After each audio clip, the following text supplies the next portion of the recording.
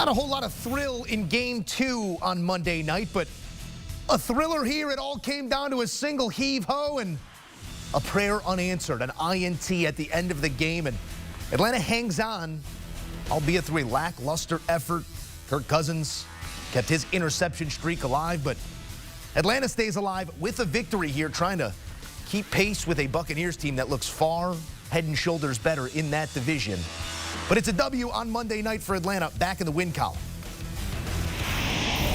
Back in studio with the guys, fellas. I'm not sure we want to X and O the heck out of this one, but it did come down to that, which sort of tells a story in and of itself. For Atlanta to even be in a game with this Raider team, minus Max Crosby, minus any quarterback that they had on the roster at the start of the season, this can't be a feel-good win for Atlanta, Mac. This feels like a loss.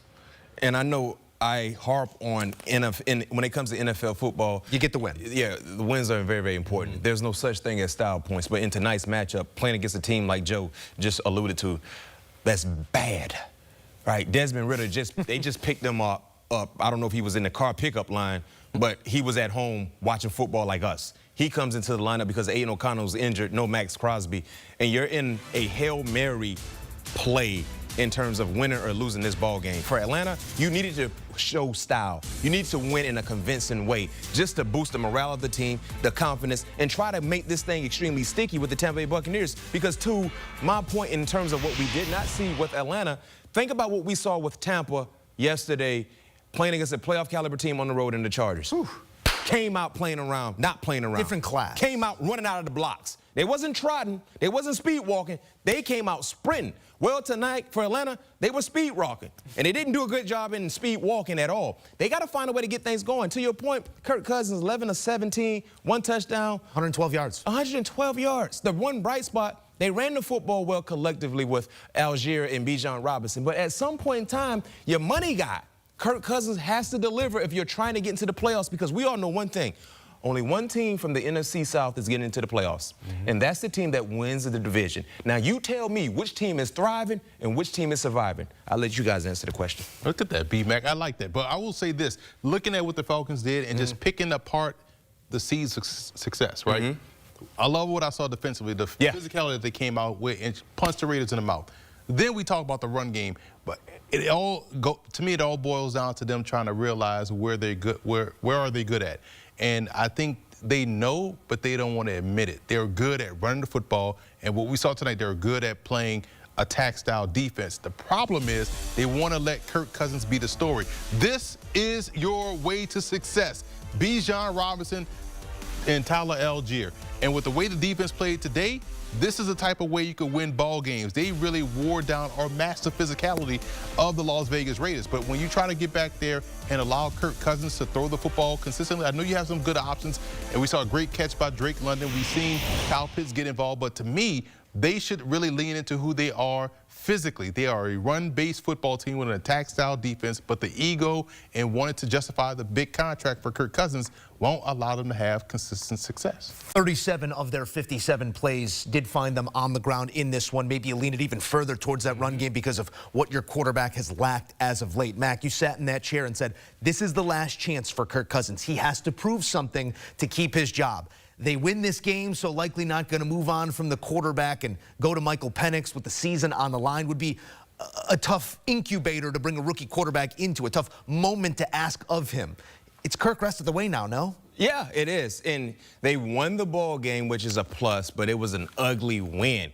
And I think for them, to your point, running the football is great. But at some point in time, you got to be able to throw the football around the yard. They're not able to do that for whatever reason. It seems like there's a disconnect with Kirk Cousins and his pass catches, and the same can be said for the offensive line in terms of throwing the football. And that's a weird thing to say at this point in the season with a veteran-led team at the quarterback position. But what's the issue?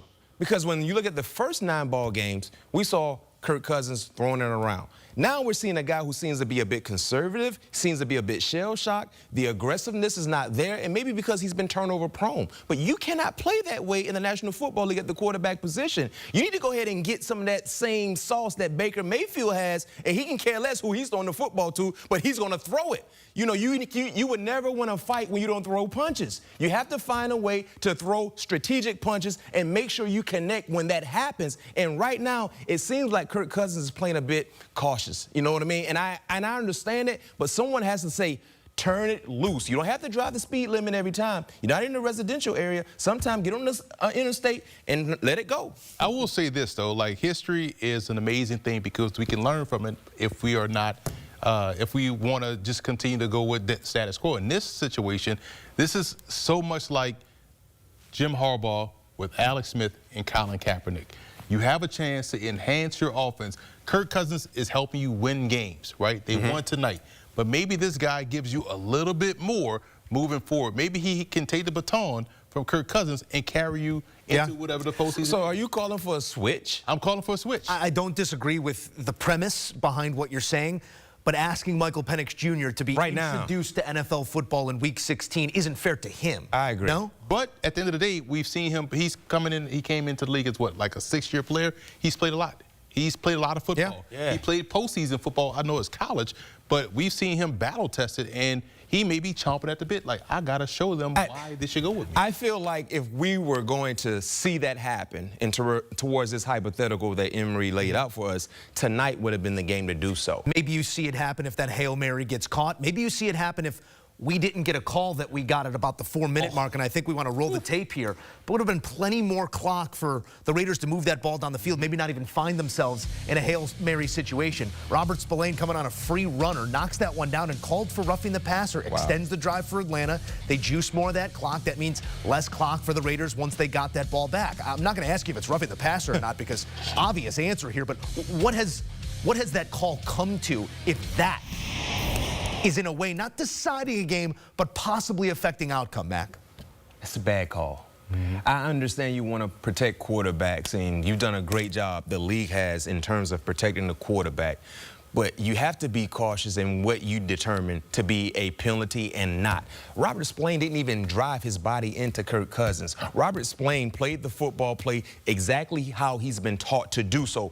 Full speed, but when he got to Kirk Cousins, he let up. Didn't drive him in. That's a man who has made his living meeting the likes of Derrick Henry in the hole. If he wanted to hit Kirk Cousins, he would have hit Kirk Cousins. He could have easily hit Kirk Cousins the old-fashioned way. There was no contact to Kirk Cousins' helmet above the shoulder, nothing like that. And to your point, it cost the Raiders in terms of time to be able to work down the football field to attempt a game-winning score. Look at this. It was ball first, too. Ball first. What is that, like on a foul in the paint? What explanation can you give Antonio Pierce? What explanation can you give the coaching staff for the Raiders? And sometimes they have to understand something. We've seen it done before. When referees throw flags, they come together, they talk about it. Sometimes 3 heads are better than 1, 4 heads is better than 1 in terms of football officiating.